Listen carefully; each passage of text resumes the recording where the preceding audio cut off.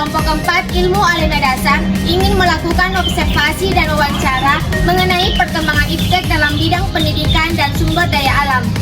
Check it out! Pengertian iptek. Iptek sebagai singkatan dari ilmu pengetahuan dan teknologi.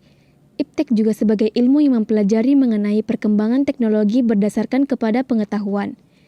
Ilmu pengetahuan dan teknologi juga berjalan sesuai beriringan untuk membangun sebuah kemajuan dalam perkembangan global. Di sini kami akan melakukan observasi dan wawancara mengenai perkembangan iptek dalam bidang pendidikan. Bismillahirrahmanirrahim. Assalamualaikum warahmatullahi wabarakatuh. Waalaikumsalam warahmatullahi wabarakatuh. Kami dari mahasiswa IAIN Bone, program studi ekonomi syariah, mendapatkan tugas dari dosen mata kuliah ilmu alimi dasar. Kami minta waktu Ibu untuk mewawancarai terkait dampak perkembangan teknologi dalam pendidikan. Oh iya, terima kasih telah memilih sekolah kami menjadi tempat Ananda-Anandaku memperoleh sumber informasi. Apa yang perlu saya bantu? Adakah pertanyaannya? Pertanyaannya, bagaimana perkembangan di era ilmu pengetahuan dan teknologi saat ini? Perkembangan teknologi saat ini sangat meningkat, sangat melesat jauh. Kalau dulu di dunia pendidikan kita hanya memperoleh ilmu hanya melalui buku. Kalau saat ini menjadi lebih mudah karena pengetahuan siswa tidak hanya dapatkan dari bangku sekolah saja, tetapi siswa dapat memperoleh informasi dari berbagai media sosial. Jadi guru bukan lagi menjadi satu-satunya sumber informasi bagi siswa, kecuali kalau siswanya memang tidak ingin maju, maka ya teknologi ini tidak banyak membantu. Selanjutnya, apa dampak positif mengenai perubahan iptek dalam pendidikan? Dampak positifnya di dunia pendidikan, ya seperti yang saya katakan tadi, kita dapat dengan mudah memperoleh informasi tentang apa yang ingin kita ketahui. Kemudian kalau di dunia pendidikan itu guru kalau dulu mengajar hanya pakai spidol, menggunakan papan tulis. Kalau sekarang menerangkan, kalau sekarang tidak lagi. Guru menyampaikan pembelajarannya itu sudah menggunakan video pembelajaran, menggunakan wifi, menggunakan proyektor slide. Jadi tidak capek guru menerangkan seperti dulu, tidak capek guru menulis karena mereka bisa menyediakan media pembelajarannya melalui video yang bisa diambil dari YouTube, dari TikTok dan sebagainya. Selanjutnya, apa dampak negatif mengenai perubahan iptek dalam perkembangan dunia pendidikan? Ya, salah satu dampak negatifnya kalau kita menggunakan teknologi, menggunakan media sosial, otomatis siswa harus membawa HP. Nah, tidak semua siswa menggunakan HP-nya dengan sebenarnya.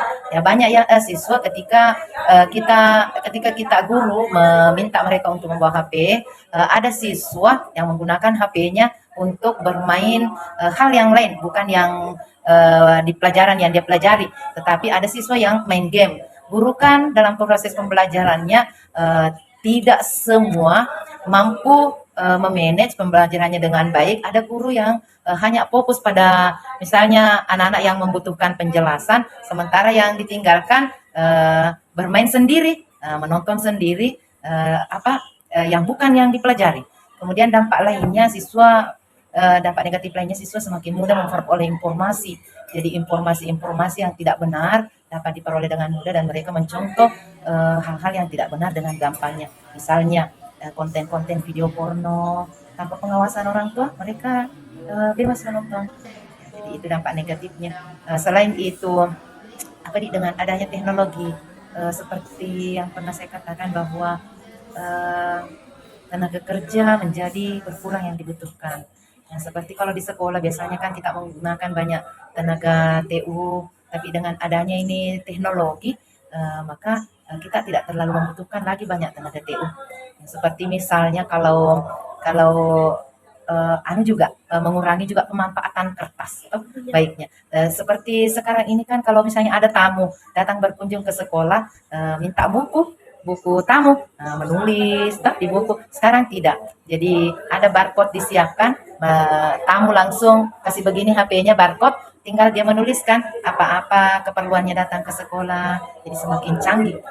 Kemudian kalau ada saran dan masukan ke sekolah, tidak segan-segan nih anak-anak untuk mengungkapkan saran, karena langsung saja di barcode, disiapkan di sana di barcode langsung tulis sekolah mungkin baiknya seperti ini ya. Jadi orang tua juga dapat nih menyampaikan aspirasinya ke sekolah tanpa harus kita bertemu muka toh. Ya, jadi itu manfaat semua itu digital, tapi seiring dengan berkembangnya pasti ada dampak negatifnya ya. Jadi orang semakin tidak semua orang menggunakan dengan benar. Kalau kayak sekarang orang bisa mudah memperoleh uang lewat konten-konten ya, banyak subscribe-nya, dapat uang. Tapi tidak semua orang yang menulis konten itu hal yang baik, ada juga yang buruk. Contohnya seperti siapa itu ada artis itu yang memanfaatkan kontennya untuk membicarakan tentang aibnya sendiri. Ya orang itu yang nggak suka, banyaknya yang menonton, banyak viewersnya menonton banyak sekali. Ada yang memaling-maling begini apa joget-joget, wah itu yang disenangi semua. Padahal dalam pembentukan karakter siswa itu tidak benar. Nah sekarang orang bebas nih menonton, bebas nih mengakses. Ya, tinggal guru. Jadi itu guru sekarang tanggung jawabnya menjadi lebih besar, pekerjaannya menjadi lebih besar karena harus mengawasi, banyak memperingatkan ke siswa. Nah, sekarang itu siswa luar biasa. Ada yang video dirinya SMP 7 ini, ada yang video dirinya sambil merokok, bikin konten dengan temannya, dipasang sebagai status. Malah ada yang posting di Instagram, ya orang yang melihat langsung namanya SMP 7 menjadi jelek. Karena semua orang bisa mengakses, Nah, beda dulu apapun kejadiannya di sana, tidak ada yang tahu di sini. Nah, sekarang dengan mudahnya orang mengakses, dengan mudahnya siswa kita sendiri menjatuhkan sekolahnya sendiri. Karena kalau tidak terpantau seperti itu, ada banyak. Ada ini yang Alfa Midi datang ke sini, siswanya SMP 7, colek-colek itu jualannya, baru coba-coba di rambutnya, simpan kembali. Lewat digital bisa terpantau, datang melapor ke sekolah. Nah, akhirnya kita berikan pembimbingan kepada si anak. Ya, mungkin bisa diperiksa barangkali. Ya itu apa sih, ada kan pertanyaan? Apalagi Baik, pertanyaan selanjutnya adalah apa upaya dalam mengatasi dampak negatif dari perkembangan iptek di bidang pendidikan? Ya upaya sekolah khususnya di SMP 7 ini selalu mengadakan sosialisasi ke siswa dampak buruk ilmu pengetahuan, dampak buruk dari perkembangan teknologi. Kemudian bekerja sama dengan lembaga-lembaga yang lain, misalnya kepolisian. Jadi kami bekerja sama dengan kepolisian setiap 2 bulan sekali ada sosialisasi dari polisi. Kemudian dengan kampus-kampus juga kami bekerja sama sosialisasi juga tentang dampaknya ini perkembangan teknologi. Ya, jadi di apel pagi itu SMP 7 punya kegiatan pagi, yaitu apel pagi. Di apel pagi itu terus yang kita peringatkan kepada anak-anak. Jangan gunakanlah media sosial dengan benar, dengan baik. Karena selalu diingatkan masa depanmu itu ditentukan dari apa yang kamu lakukan sekarang. Ya, jadi kalau kamu sekarang melakukan hal yang baik tentu kamu punya peluang untuk mempunyai masa depan yang baik juga. Tapi kalau sekarang kamu lakukan hal-hal yang buruk, akhirnya menjadi terbiasa. Kemudian selalu juga diingatkan untuk menjadi contoh bagi orang lain. Ya di SMP 7 itu ada pembinaan namanya latihan dasar kepemimpinan. Ya di latihan dasar kepemimpinan itu salah satu materinya adalah memperkenalkan kepada siswa untuk bersosial media dengan baik. Jadi di anunya juga di P5-nya. Sekarang kan ada namanya di kurikulum Merdeka Project P5. P5 itu proyek penguatan profil pelajar Pancasila. Di kegiatan P5 itu ada 7 tema yang disiapkan oleh pemerintah dan salah satunya itu tujuannya P5 adalah pembentukan karakter.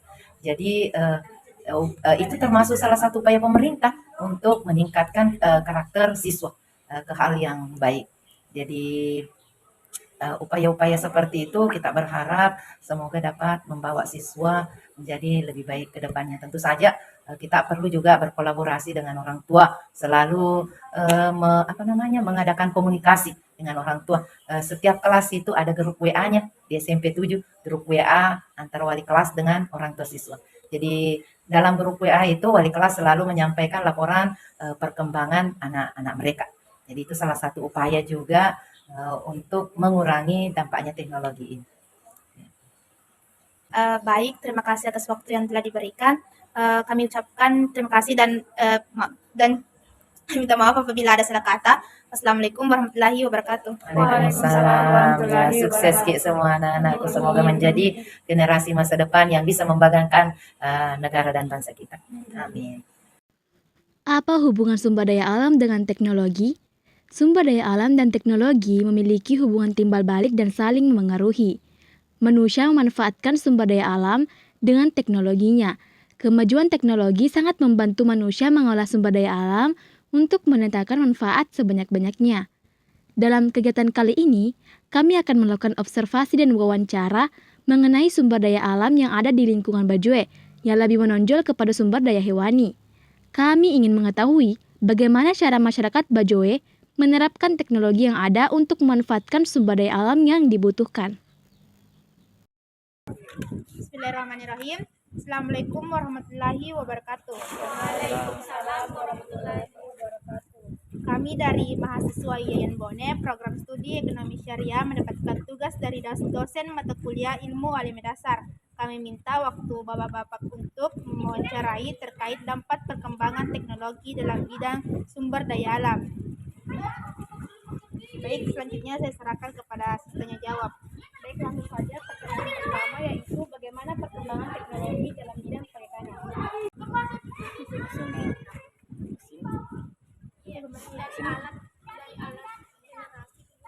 Dari alat yang dulu sampai sekarang apa perbedaannya?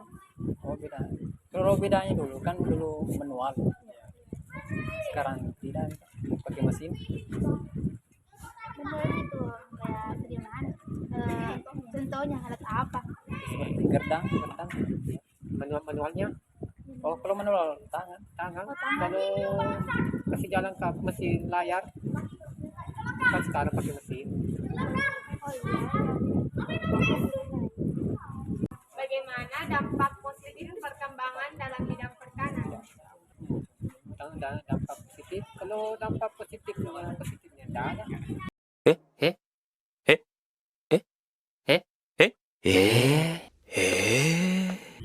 Kompas terjahit. Kalau GPS kan tadi GPS. Yes.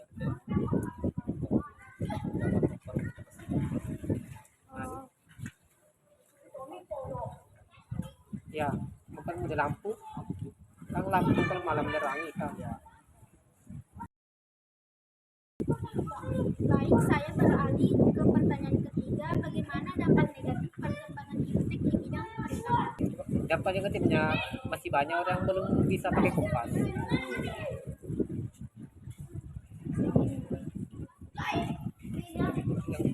Tapi kalau misalnya kayak banyak yang tahu Apanya itu? kayak cara menggunakannya, Mesin. iya.